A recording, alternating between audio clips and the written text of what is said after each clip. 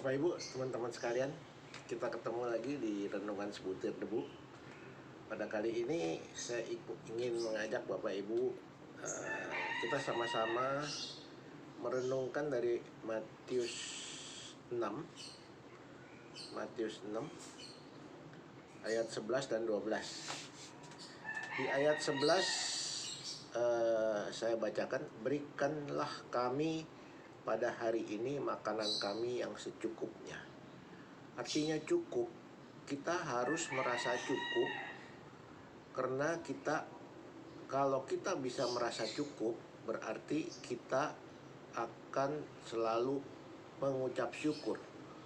Kita tidak pernah serakah, yang ingin terus-menerus dapat uang terus-menerus, tapi menerima tiap berkat Tuhan sedikit demi sedikit, satu persatu, dengan ucapan syukur. Sebagai contoh Bapak Ibu, kalau seorang yang nggak punya duit, ibaratnya dia sampai makan nasi sama garam, atau di TV pernah saya lihat di satu negara yang begitu kelaparan sehingga penduduknya sampai nggak punya duit dan sampai kelaparan, akhirnya mereka mengoret-ngoret sampah bekas buangan restoran, ya. Jadi makanan di sampah aja mereka ambil buat mereka makan. Itu kalau kita lihat sangat miris, ya. Nah, karena itu kita harus belajar melihat ke bawah. Jangan kita selalu melihat orang yang lebih enak, lebih kaya dari kita. Kalau kita melihat ke bawah, orang yang lebih susah dari kita, maka kita akan belajar betapa bahagianya kita karena kita sudah diberkati Tuhan, diberikan berkat yang secukupnya. Cukup, semuanya cukup. Nah, kalau kita merasa cukup, maka kita akan damai sejahtera di hati, karena kita bisa mengucap syukur pada Tuhan. Kalau kita tidak merasa cukup, tidak mungkin kita bisa mengucap syukur. Itu intinya, ya. Terus ayat 12, ya, saya bacakan, dan ampunilah kami akan kesalahan kami, seperti kami juga mengampuni orang yang bersalah kepada kami. Nah, kenapa kita semua Tuhan anggap salah? Karena satu, kita memang sudah berdosa. Kita turunan Adam Hawa yang sudah berdosa, sehingga seringkali dosa yang sudah ada dalam hati kita, pikiran kita, itu seringkali kita tidak sadari bahwa sebenarnya itu adalah dosa. Jadi Bapak Ibu, teman-teman sekalian, kita harus waspada di sini.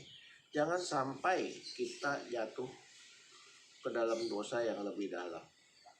Karena itu kita tahu Tuhan sudah datang ke bumi, disalib, mati, dan naik ke surga. Karena itu kita minta kepada Tuhan Bapa kita yang di surga untuk kita bisa diampuni dosanya dan kita diselamatkan.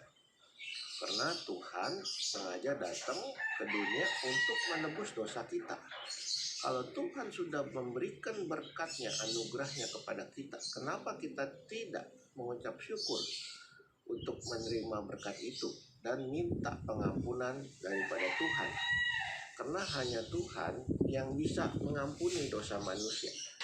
Tidak mungkin orang biasa bisa mengampuni dosa. Dan tidak mungkin kita manusia tidak berbuat dosa. Itu masalahnya, ya. Jadi waktu kita minta dalam doa Bapa kami, datanglah kerajaan-Mu, jadilah kehendak-Mu. Kehendak Tuhan apa? Mengampuni dan menebus dosa manusia.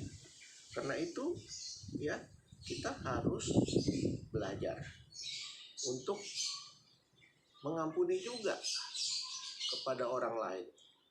Karena Tuhan sudah mengampuni kita. Kalau kita tidak mengampuni orang lain, maka Tuhan juga tidak akan mengampuni. Kenapa? Karena kerajaan Allah datang ke bumi. Kehendak Allah ada di bumi, ya, di ayat-ayat sebelumnya. Jadi datanglah kerajaanmu, jadilah kehendakmu,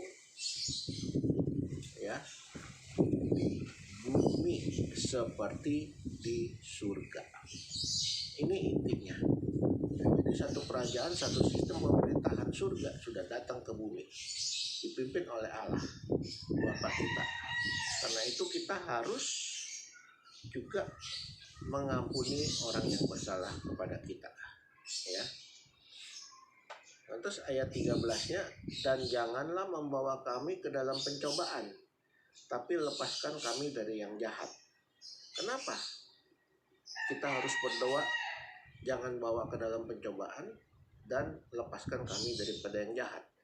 Jangan bawa kami ke dalam pencobaan karena kita ini berperang melawan kuasa-kuasa gelap yang tidak kelihatan.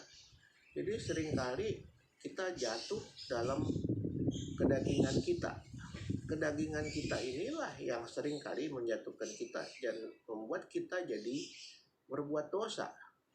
Kita dicobai bukan oleh Tuhan, tapi oleh kedagingan kita sendiri akibat dosa asal kita, ya.